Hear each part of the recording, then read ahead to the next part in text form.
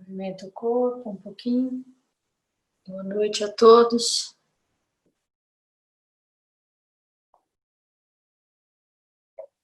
E a todas.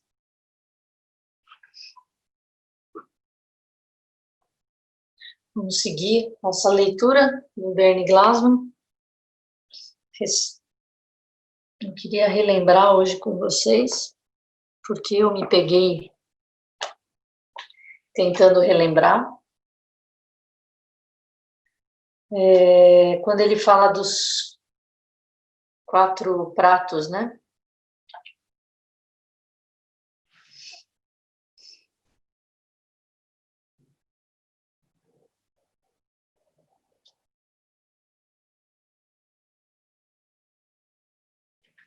Que ele fala que o primeiro é o prato da espiritualidade, né? O segundo é do aprendizado, por isso que a gente começou a ler receitas para o aprendizado.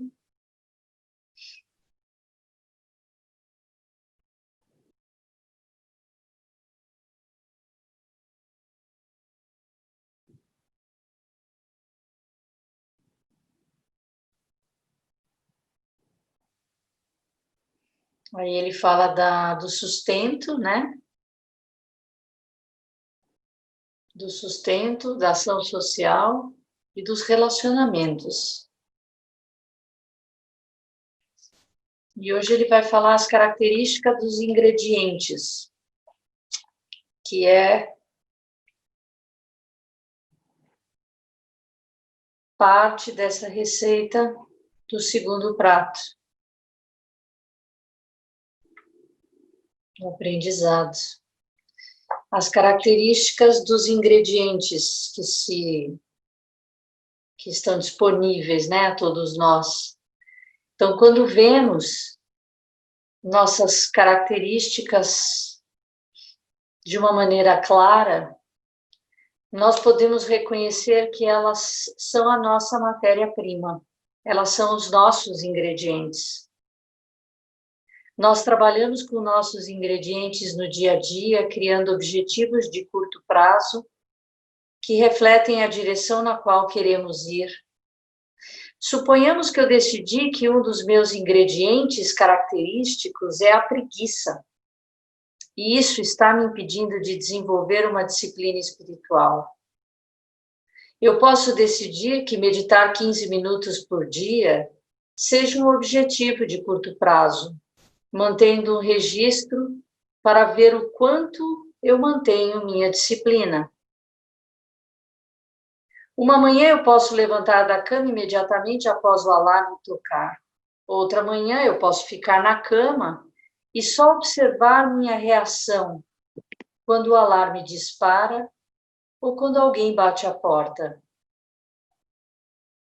Ao final de 3 meses, talvez, eu note que às vezes eu estou com preguiça e às vezes não. Nós prestamos atenção a esta característica para ver se realmente é assim,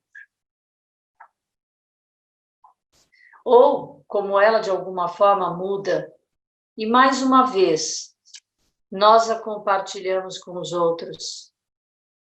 Dessa forma, nós nos tornamos mais familiares com os nossos hábitos e como eles funcionam. Nós os vemos como ingredientes ao invés de problemas que devem ser resolvidos. Desprenda-se e aceite. Não há ingredientes intrinsecamente bons ou maus. É claro, há ingredientes que eu gosto e ingredientes que eu não gosto. Há ingredientes que a sociedade gosta e que não gosta. Mas todos esses gostos e desgostos são muito subjetivos. São todos uma questão de gosto pessoal.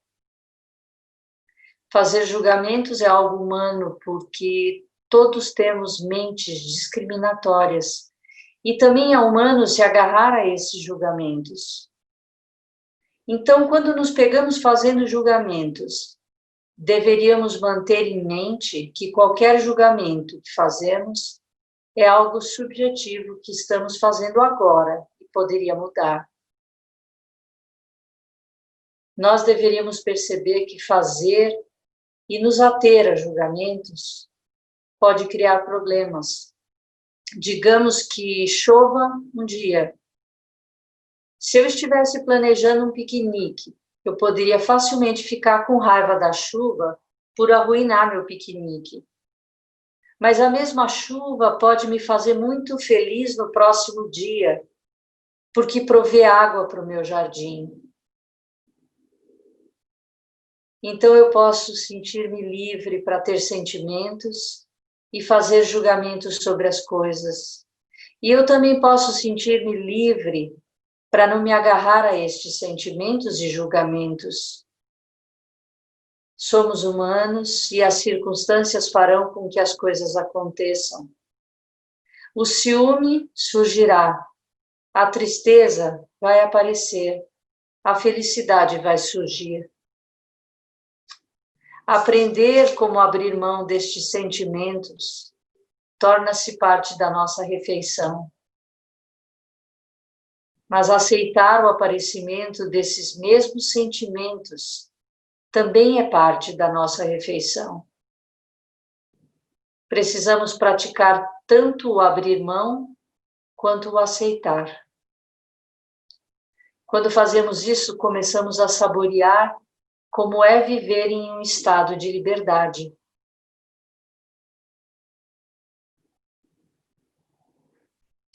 Nossas falhas são nossos melhores ingredientes.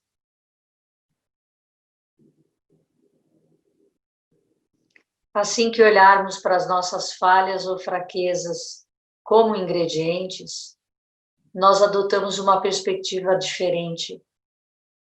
As coisas que estamos acostumados a pensar que são falhas tendem a ser as mesmas que podemos usar para fazer as refeições deliciosas. Mas elas devem ser utilizadas com habilidade, como chile ou pimenta. Nós temos que trabalhar com elas cuidadosamente. Nossas falhas podem ser vistas como grandes recursos. Isto significa saber como funcionam, sem nos confundir ainda mais ao fazer juízos críticos. Este é um hábito difícil de quebrar, mas que certamente vale o esforço. As características que consideramos falhas são todas nossas. Se somos preguiçosos, por exemplo, não temos que tentar fazer um esforço especial para tentarmos ser preguiçosos. Se somos esquentados, não precisamos desenvolver nossa propensão à raiva. Nós já somos desse jeito. Nossas falhas contêm uma tremenda qualidade de energia. Essa energia pode ser usada de uma forma destrutiva ou construtiva.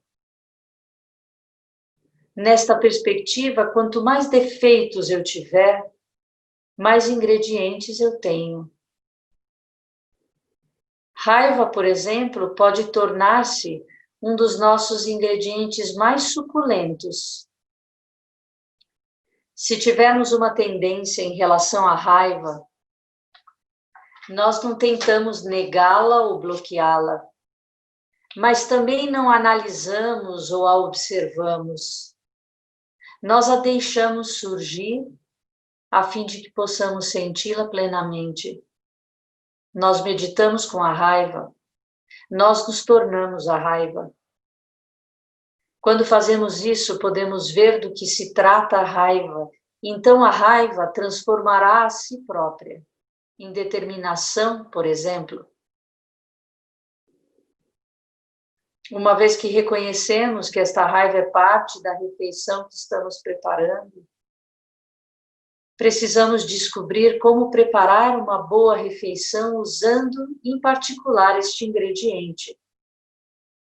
Podemos direcionar a energia da raiva para mudar condições socialmente injustas. tal como a falta de moradia ou a discriminação racial. Por exemplo, quando terminamos a construção na Warburton 68, nosso sistema de segurança ainda não estava em pleno funcionamento. A primeira coisa que aconteceu foi que alguém invadiu o escritório do zelador e roubou 4 galões de tinta e $10. Após foram roubados os suprimentos para os cuidados das crianças e ao redor de $1.000 em brinquedos doados. No início, os moradores ficaram realmente enraivecidos. Todos estavam indignados e ninguém sabia o que fazer. Quando fizemos uma reunião de emergência da organização dos moradores, nós percebemos que, através do foco em soluções práticas, a raiva lentamente transformou-se em determinação. Um morador disse: 3 anos atrás eu estava fazendo esse tipo de coisa e eu acho que é alguém aqui de dentro. Então eu acho que quando essa reunião terminar, nós deveríamos vasculhar todos os apartamentos do prédio. Dentro de 1 hora, todos os apartamentos tinham sido vasculhados pelos moradores. Outra pessoa disse: eu tenho entrado sempre tarde e há algumas pessoas que me parecem desagradáveis entrando e saindo deste prédio. Outro disse: há um sistema de interfone para acionar quando alguém sai ou entra. E eu não acho que deveríamos estar acionando quando alguém sai ou entra, porque ninguém sabe quem está vindo atrás. Eu recomendo que a gente vá até a porta e acompanhe nossas visitas quando entrarem, e todos concordaram. Outra pessoa disse: nós deveríamos criar uma ronda entre os moradores para tentar pegar quem está fazendo isso. Nós vínhamos tendo dificuldades para conseguir que os moradores tivessem mais responsabilidade na gestão do prédio. Mas a raiva instigada pelos arrombamentos realmente os mobilizou. Era o prédio deles, era o espaço deles sendo violado, e eles queriam parar com isso. Por 1 semana ou 2, havia pessoas acordadas toda noite observando as coisas. Os arrombamentos tornaram muito claro que os moradores queriam cuidar do prédio. Famílias que não tiveram lugar para morar por anos, agora tinham em suas mãos as chaves de seus próprios apartamentos. Eles não deixariam ninguém tomar isso deles. O prédio estava se tornando o seu lar.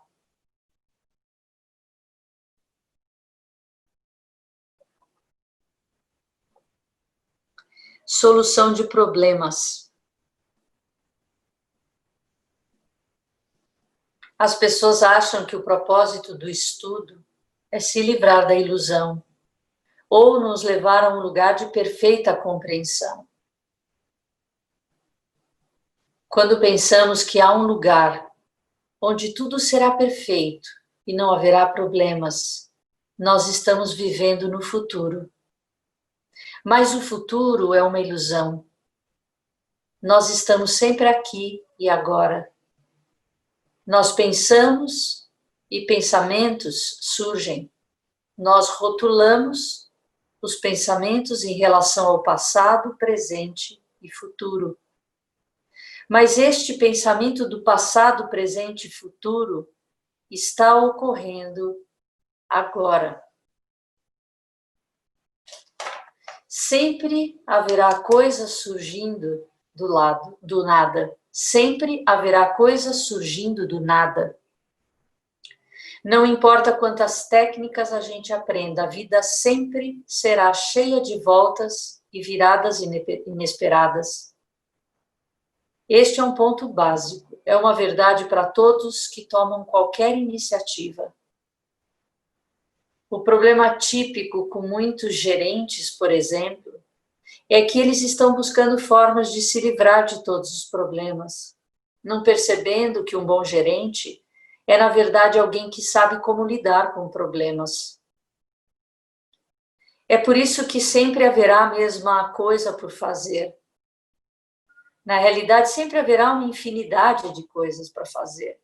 Nós nunca teremos a nossa vida, ou negócio, ou a cozinha, funcionando exatamente da forma como queremos. Não importa como o imaginemos, não vai ser daquele jeito. A vida não é pré-determinada de forma a chegarmos a um certo estágio e então ver como tudo funciona. O que acontece é que temos cada vez mais um melhor entendimento das coisas, temos mais e mais clareza e habilidade para lidar com as coisas que surgem, mas elas continuam surgindo infinitamente. O céu vazio está sempre criando nuvens novas. A panela está sempre fervendo.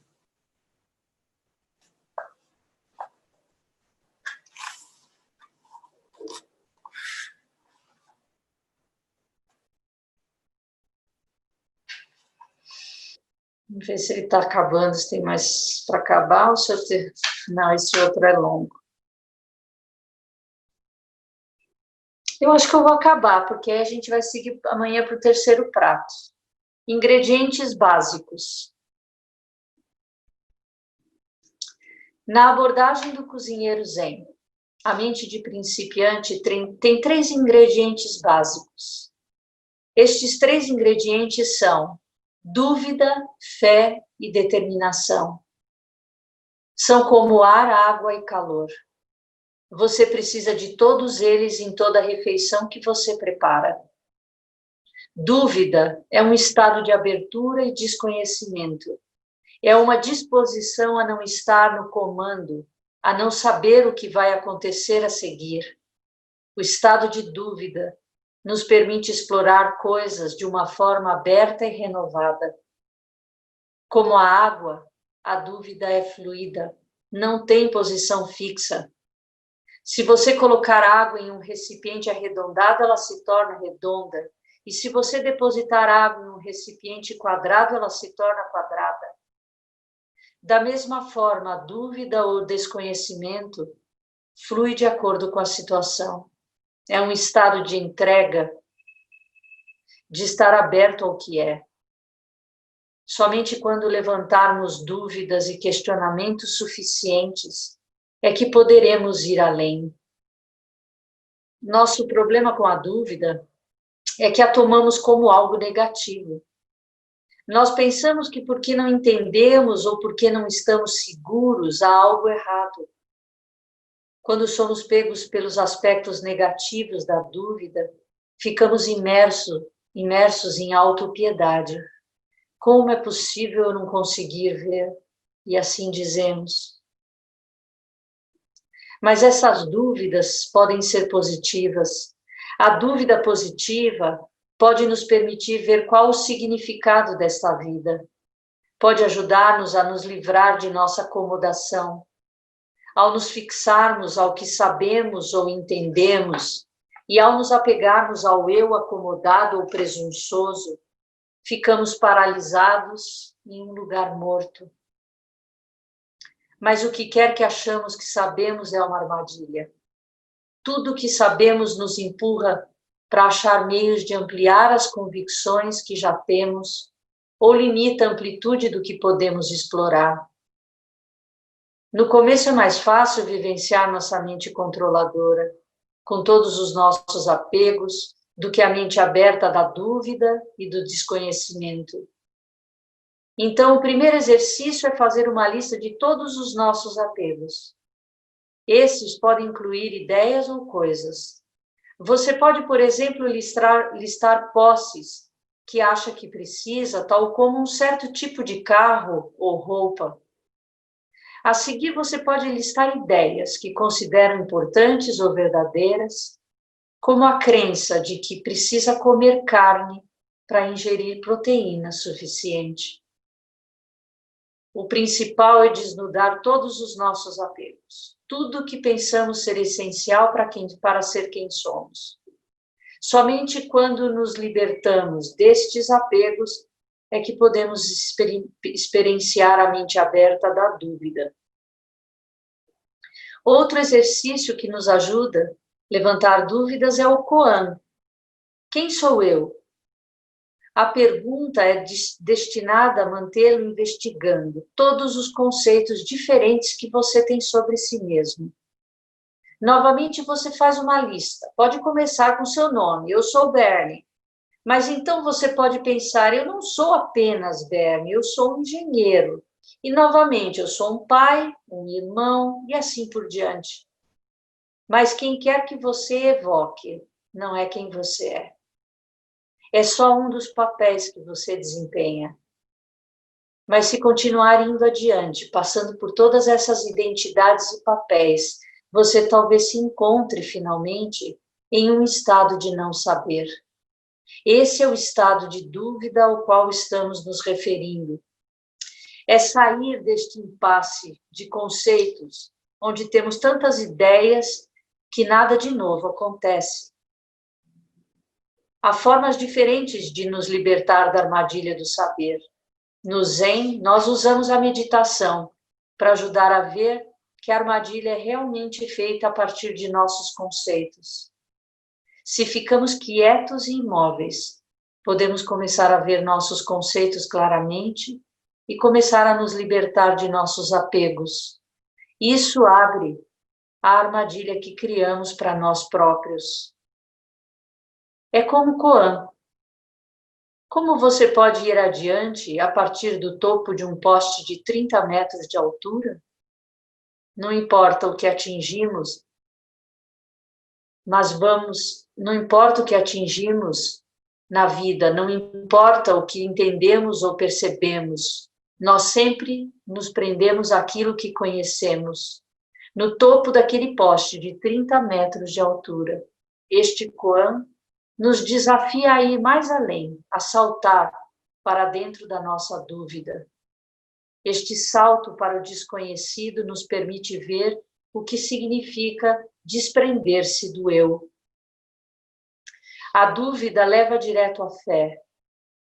Quando conseguimos nos desprender de todos os conceitos e ideias, nos sentimos como realmente somos, não um indivíduo isolado, mas como parte de um todo interconectado. Isso leva à fé na unidade da vida.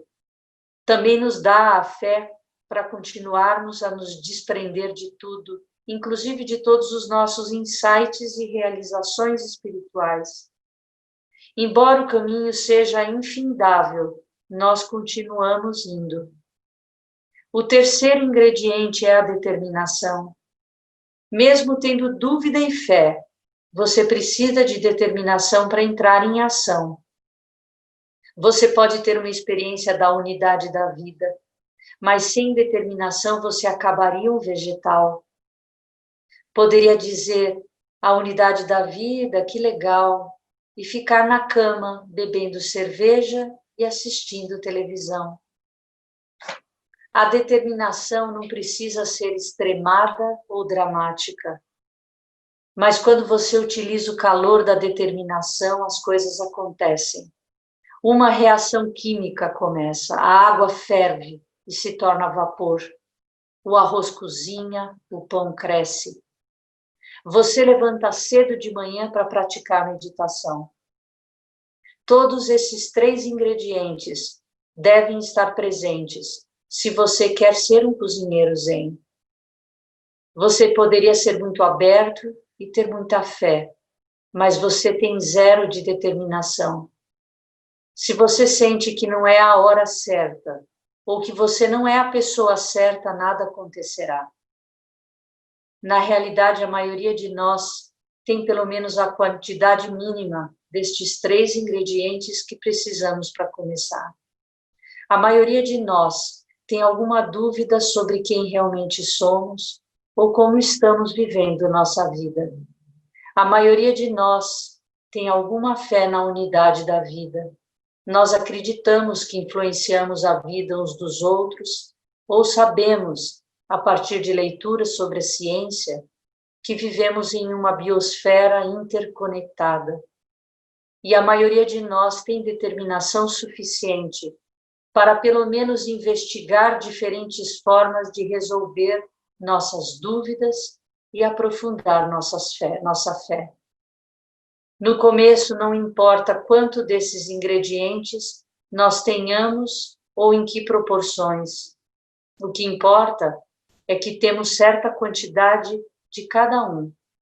Para o cozinheiro zen, uma semente de dúvida, uma pitada de fé e um bocado de determinação já é o suficiente para começar.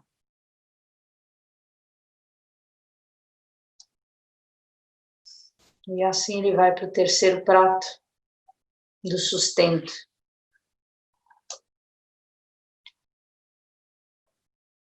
Que tal, hein? Cada um de nós considerar esses 3 ingredientes: dúvida, fé e determinação. E refletir, né? E reconhecer. Não é refletir, é reconhecer que já tem a quantidade suficiente de cada um desses ingredientes. Que não precisa, quando eu chegar, né? Quando eu estiver pronto, eu sou muito novo, né? Comecei a meditar agora, eu não vou, né? Eu preciso de muito tempo, isso tudo é armadilha da mente. Súbito e gradual. Isso é uma característica da nossa escola de Soto Zen, né? É súbito e gradual ao mesmo tempo. Alguém quer falar alguma coisa?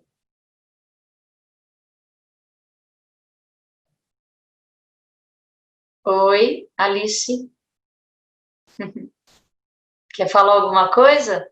Oi, perfeito, perfeito texto. Eu gostei muito da parte que fala que nós devemos aceitar os nossos ingredientes que não são muito palatáveis, né? E durante a meditação veio algumas coisas na minha cabeça e com relação a isso. É, eu fiz alguma coisa que eu não gostei, eu repliquei, né? Um comentário engraçado, mas que eu não achei que foi uma fala correta. Eu achei que não tinha necessidade, e na hora eu senti, e na meditação veio, né? E quando, no texto, quando você comentou sobre os ingredientes, né? Eu pensei, de vez em quando a gente percebe, toma conhecimento, aceitar não é fácil. Não é fácil, não é fácil, né? Eu não devia ter replicado. Não, foi engraçado? Foi. Não foi tão maldoso, mas não tinha necessidade, não era alguma coisa que valesse a pena ter replicado, né? Ter comentado, e, por outro lado, também, em seguida, veio na memória alguma coisa sobre a raiva nessa questão quando se trata de fazer justiça, né? E a gente sente muito isso hoje, né? E eu senti muito, muito forte essa raiva. Eu identifiquei, falei, eu estou com raiva, e identifiquei essa raiva em mim hoje, quando eu vi uma cena muito forte de uma pessoa destratando um motoboy que foi entregar uma comida. Foi um comentário que surgiu nas redes essa semana, inclusive essa pessoa foi presa 8 dias depois, mas Foi uma coisa muito chocante e eu senti raiva, reconheci raiva e me senti bem quando essa pessoa teve que pagar, teve que responder judicialmente, porque eu acho que é o certo, né? Mas uma maneira que a gente tem que achar hoje é transformar essa revolta e essa raiva que muitas vezes nos atinge por ver tantas situações injustas, né? No mundo, no país que nós vivemos hoje, e transformar essa raiva, essa revolta em alguma coisa mais produtiva em prol da paz, em prol da harmonia, né? Então, o texto me trouxe muita coisa, muita coisa. É muito bonito como ele faz a analogia da cozinha, né? Ele fala da raiva e isso que você está falando da ação, né? Como que eu ponho essa raiva à disposição dessa transformação, né? Que a gente acredita. E o que a gente sempre ouve dos mestres no caminho do Zen é sempre a primeira ação mais próxima da tua mão, né? Porque normalmente a gente põe também um anseio de grandes mudanças, né? E às vezes a gente se sente muito insuficiente. Mas se a gente começar por essas que estão ao nosso alcance, né? Em como a gente diminui a gente mesmo, como você fez, né? De perceber que você compartilhou algo que não acrescentou. Não é tão ruim nem tão bom, mas como que a gente reflete sobre esse cortar os excessos? Porque a gente é compelido a replicar coisas, né? E como praticante a gente começa a perceber, ó, eu compartilhei, era engraçado, mas talvez eu não precisasse ter compartilhado. Talvez não. Entendeu e só, mas não fica, eu não devia, senão você fica, né? Não, me martirizando, me chicoteando. O caminho é um pouco esse, é perceber cortou. E é isso, perceber o que eu posso fazer, que está ao meu alcance. Não é pequeno, não é pequeno nem grande, é o que eu posso fazer. E acreditar, como ele disse no ingrediente dessa fé, de que é a quantidade suficiente, porque é aquilo que você tem no momento para fazer. É o ingrediente que está disponível, né? Muito bom. Esse texto é muito bom. Sim, o final também, que a gente precisa da dúvida, da fé e da determinação, e à medida que você foi lendo, eu fui buscando em mim essa dúvida, porque a gente percebe, né? A dúvida, quem sou eu, qual o sentido dessa vida, então isso está muito latente, né? A fé e a determinação em praticar, um texto maravilhoso, maravilhoso. Mais alguém quer falar alguma coisa, fazer alguma pergunta ou comentar? Eu queria fazer uma pergunta. Ai, tá boa? Licença, eu sou a Camila, sou nova aqui. Queria primeiro agradecer, porque desde que eu entrei semana passada, eu estou até emocionada, não sei se eu vou conseguir falar.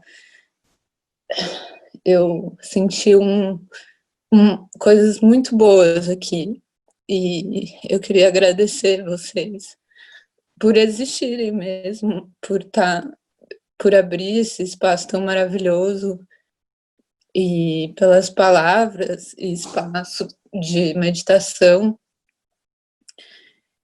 Fazia muito tempo que eu não encontrava um lugar que eu me sentia tão bem, espiritualmente, assim. E é engraçado porque é online, mas eu tô para ir na sala de vocês, né, para meditar há muito tempo. O Guilherme que me indicou vocês, e eu não ia, sei lá, tava fugindo. E aí eu resolvi encarar na quarentena e me fez muito bem. Então eu queria agradecer muito. E queria... Eu tenho uma dúvida que durante a meditação de hoje foi um pouco mais difícil para mim. Eu já meditei outros momentos, outras vezes com outros direcionamentos, né? Mas tinha muito barulho. Meu irmão estava conversando aqui na sala E aí eu não consegui me concentrar, então eu queria saber se você poderia falar um pouco sobre isso, assim, enfim, é isso. Obrigada. Imagina. Então, Camila, a gente tende a criar uma ideia de que para meditar tudo tem que estar muito silencioso, né? De fato, as duas formas são importantes para a gente construir esse espaço interno, né, de meditação. Mas se você observar, a gente meditava na Paulista toda sexta-feira à tarde, 6:30 da tarde, como um jeito até de entender, e isso foi uma coisa que não foi premeditado, né? A gente começou a sentar toda sexta-feira na rua, as pessoas, alguns vieram da rua e alguns já sentavam na sala, e uma observação que foi comum a todos, que sentavam tanto na rua quanto numa sala mais silenciosa, com meia luz, com incenso, com vela, era de que ficar meia hora numa sala, numa situação mais apropriada, era muito mais difícil do que sentar na rua, que os 30 minutos na rua passavam muito mais rápido. E por que a observação? Porque quando você senta na rua ou quando você senta num lugar barulhento, você demora mais tempo para entrar em contato com você mesma. E se você se abre para isso, você só reconhece, são barulhos externos, quando eles cessarem, eu vou entrar em contato com os meus barulhos internos. Mas se você não aceita os externos e fica brigando com eles, fica muito difícil permanecer, que é um pouco o que você viveu, porque você ter gente aí em volta estava te incomodando o suficiente para você ficar na crítica da situação que você estava vivendo. Quando você vai para a rua, você já vai disposto a viver o que está acontecendo em volta. Então, de fato, tudo tem a ver com a tua disponibilidade deste momento. Pode ser que você sente de novo agora, e teu irmão está falando e não vai te incomodar. E, então, é um baita exercício, é um baita treino. A gente diz que se a gente conseguir sentar com uma TV ligada na sala ao lado e não entrar na história da TV, no diálogo, é quase como não entrar num pensamento. É a mesma situação. Só que quando é um barulho que não é teu, a tua mente vai lá e começa a criticar. Ai, olha que barulho, a máquina tinha que estar... Aconteceu comigo essa semana. A gente sentou na quarta de manhã para o Zazen e o prédio aqui do lado abriu uma britadeira. Era 7:30 da manhã. Por um segundo, a minha mente foi para esse lugar. De falar, não acredito que ele vai ligar essa britadeira justo agora. A gente tem meia hora de Zazen de manhã. Tinha passarinho cantando, não fazia nem um segundo que o passarinho começou a cantar. Por que eu escolho o passarinho e a britadeira? Por que eu escolho entre um e o outro? Isso tudo tem a ver com a mente, né? A hora que eu parei de brigar com a britadeira, eu parei de ouvir a britadeira. O que é isso? É a mesma coisa que ele fala, tornar-se a raiva, né? No texto. Quando você está fazendo meditação e o corpo está doendo, e os mestres falam, torna-se a dor, torna-se o frio, torna-se o calor.